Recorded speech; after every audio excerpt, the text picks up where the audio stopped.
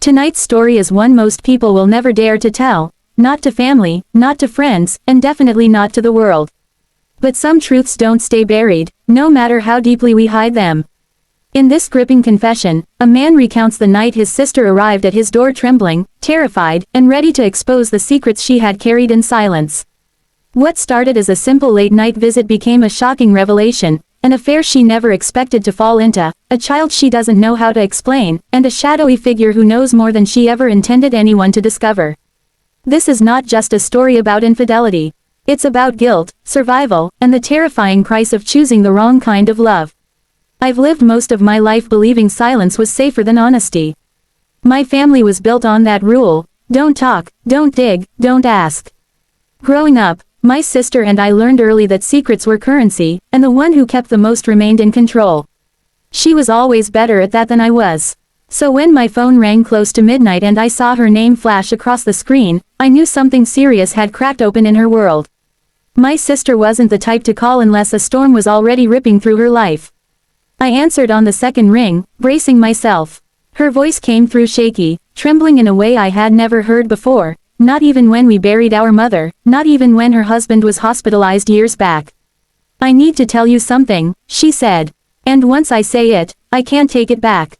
That sentence alone made my stomach tighten. She wasn't a dramatic woman. If anything, she was the most controlled person I knew. So for her to speak in absolutes, it wasn't just a confession, it was a breaking point. I told her to come over. She hesitated, as if deciding whether she deserved to be seen in the state she was in. But 10 minutes later, I heard her car pull up outside my apartment. She walked in without knocking. Her eyes were red, her hair messy, and she wore this expression I can only describe as haunted. She didn't sit down immediately. Just stood in the middle of my living room, hugging her elbows, shifting her weight from one foot to the other. I kept waiting for the tears, but they didn't come. Instead, she looked me dead in the eye and said the words that made the ground shift beneath me. "I haven't been faithful to him." The silence that followed felt like a physical weight on my chest. My first instinct was to judge her, to react, to say something moral or predictable. But none of that came out. Instead, I just stared at her, watching her unravel word by word as she explained, not defensively, not proudly, not casually. Just truthfully. She talked about loneliness, about years of carrying burdens that weren't hers, about a marriage that looked perfect from the outside but felt like walking on broken glass inside. She talked about the man she met, someone who made her feel seen when she was drowning in invisibility.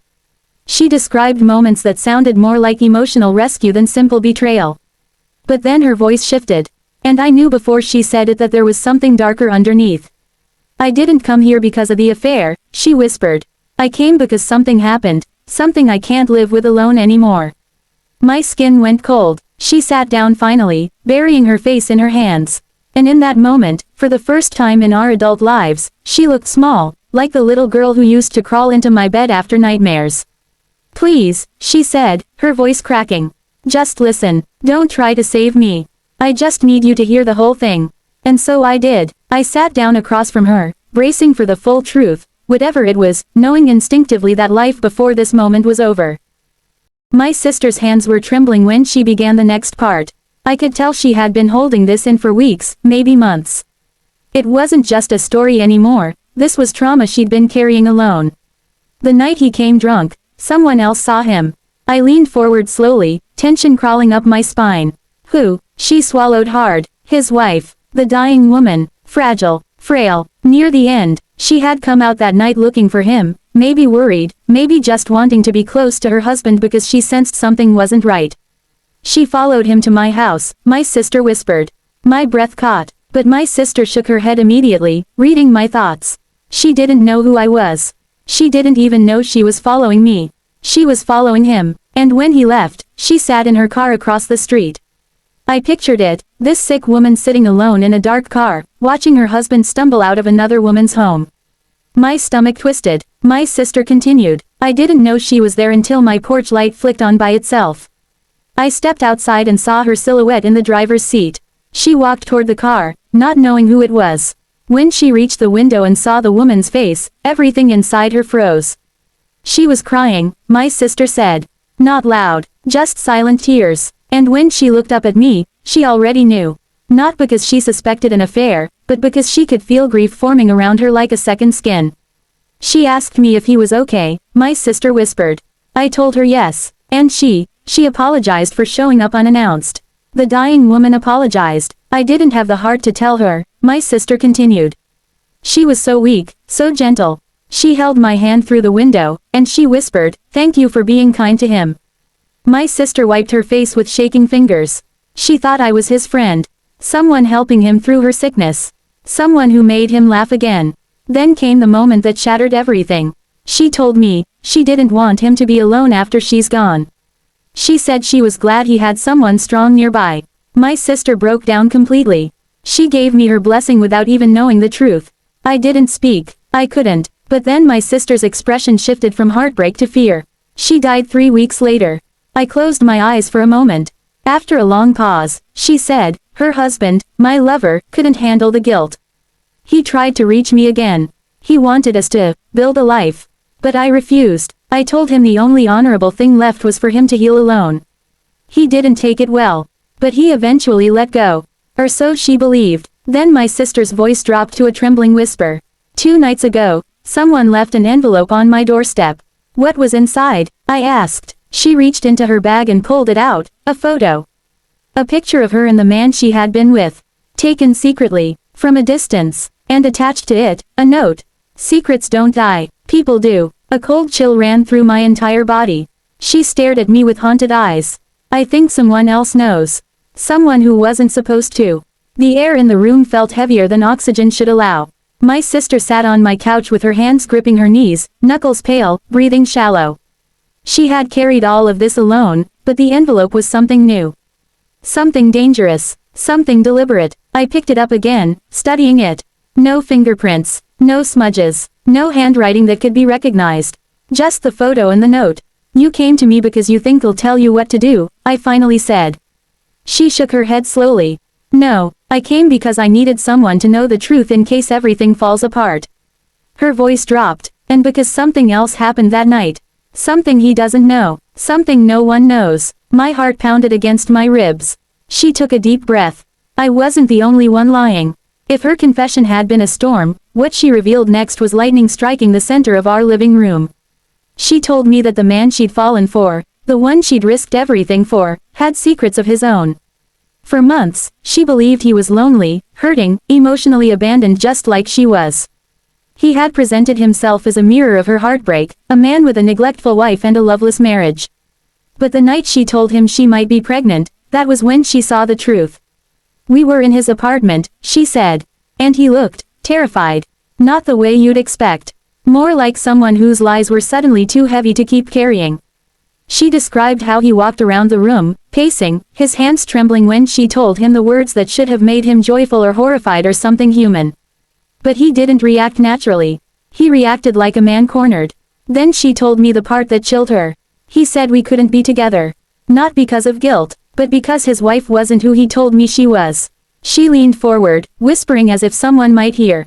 She wasn't distant. She wasn't cold. She wasn't unfaithful. She was dying. Her lover's wife had late-stage cancer. Weeks left. Maybe a few months if the treatments worked. And he hadn't told my sister because he didn't want her to see the ugly truth. He hadn't been searching for freedom. He'd been searching for escape. Not from his wife, but from the grief waiting to bury him. My sister felt sick when she learned it. It turned every moment she had spent with him into something tainted, not by lust or betrayal, but by the realization that she was filling the emotional void of a man preparing to lose everything. He used me, she said. I thought I was healing. But I was just a distraction from the fact that he was scared of watching his wife die. But there was more. His wife knew, not about the affair, but about the fact that he was struggling. She had told him to find light wherever he could, believing that meant spending time outdoors, seeing friends, reconnecting with the world. She never imagined he'd find that light in another woman. And then came the moment that broke my sister completely. She called me, she whispered. The dying wife had found her number. Not through suspicion, but through a shared contact, someone who had my sister's number saved under a business name. She called thinking my sister was a coworker or friend who had been helping her husband emotionally. My sister told me the woman's voice was soft, hopeful, grateful. She thanked me, she said, tears finally running down her cheeks. She thanked me for giving him joy while she couldn't. She said he came home lighter, smiling again. My sister covered her mouth, sobbing into her palms. She had no idea what I actually was to him. The guilt in her voice was thick, suffocating, unbearable. And then she said the words that set the tone for everything that followed. Drunk, crying, saying he couldn't lose both of us. My fists tightened. What did you do? I told him to leave. And he did. I thought that was the end of it. Her voice dropped to a whisper. It wasn't. Have you told anyone else? I asked. She shook her head violently. You're the only person who knows everything. Even he doesn't know about the photo. I leaned back, thinking. Do you think he sent it? No, she whispered immediately. He was devastated, but he's not the type to threaten. And he had no reason to hide if he wanted me back. Then she said something that made my skin prickle. But he wasn't the only one watching. I frowned. What do you mean? She took a shaky breath. The night his wife followed him to my house, someone else was in the street. I stared at her. You never mentioned that. I know, she said, eyes filling again. Because I wasn't sure. I thought grief made me imagine it. But now, after the envelope, I know it was real. She described a tall figure standing near the corner, half hidden in shadow. A figure she didn't pay attention to at first because she was too focused on the dying woman crying in her car. But when I went back inside, she said, I looked through the front window. The figure was still there. And I swear, he was looking directly at me. A cold chill slid through me. Could it have been a neighbor? No, she whispered. I would have recognized them. This person was a stranger. Then she reached for her phone, scrolling shakily. I didn't want to show you this earlier. I was scared you'd panic, or think I was losing my mind. She handed me the screen. It was a text message. Unknown number. No name. No contact photo. One single message. Be careful who you cry to. Walls have ears. Sent 3 days after the lover's wife died. I felt my jaw clench. You should have told me immediately. I was ashamed, she murmured. Everything about this, all of it, came from decisions I made. Mistakes I created, pain I caused, and I thought maybe I deserved to be scared. I took her hands firmly. No one deserves to be watched. She broke then, finally letting years of guilt and secrets spill out in uncontrollable sobs. I sat with her, letting her head rest against my shoulder, feeling her tremble with every breath. When she could finally speak again, she whispered the last truth she had held in. I'm leaving. I pulled back to look at her. I can't raise a child in a house built on lies, she said. I can't pretend anymore. I can't keep looking over my shoulder. I'm moving far away, somewhere new. Somewhere no one knows me. I'll tell my husband we need time apart. He'll accept it. He always avoids conflict. And the baby? I asked quietly. I'll raise it, she said softly. I won't drown it in guilt. I won't let my mistakes stain its life. A long silence stretched between us. Then she whispered the last words she ever said to me that night. If you never hear from me again, promise me you won't try to follow. Let me disappear. Let the truth die with me. I didn't answer immediately. I just held her, my sister, my blood, my broken mirror, knowing that whatever came next would change everything. She left my apartment before sunrise. And I haven't seen her since. But sometimes, late at night, my phone lights up with an unknown number. And every time, the message is the same. I'm safe. Don't search for me. I never reply. Because some stories don't end. They just go silent. She started slowly, not the way someone tells a story, but the way someone digs a wound open. Every sentence made her shoulders tense, and every pause felt like she was weighing whether she should keep going. It didn't start as anything, she said. You have to believe that. I didn't answer. I couldn't. I just nodded and let her find her own rhythm. Her affair hadn't been a reckless fling. Or a moment of weakness. It had been a progression, months of suppressed longing turning into something she no longer had the strength to fight. She talked about guilt that felt like a second shadow, always following her, whispering in her ear. But then her voice cracked again. You don't know what it's like to feel alive for the first time in years and hate yourself for it at the same time.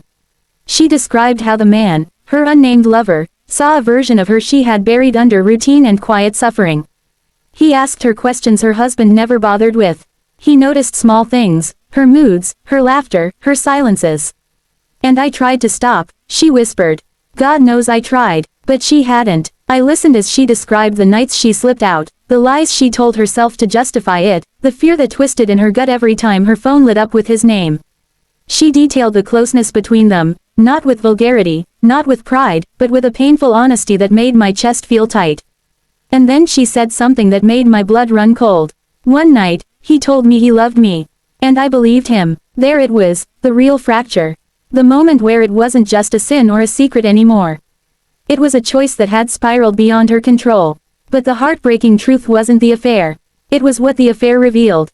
She started talking about her husband, how cold he had become, how distant, how uninterested in anything that concerned her.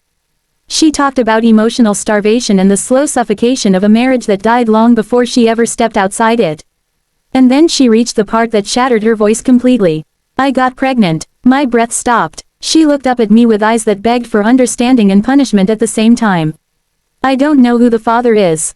That was the truth that broke her.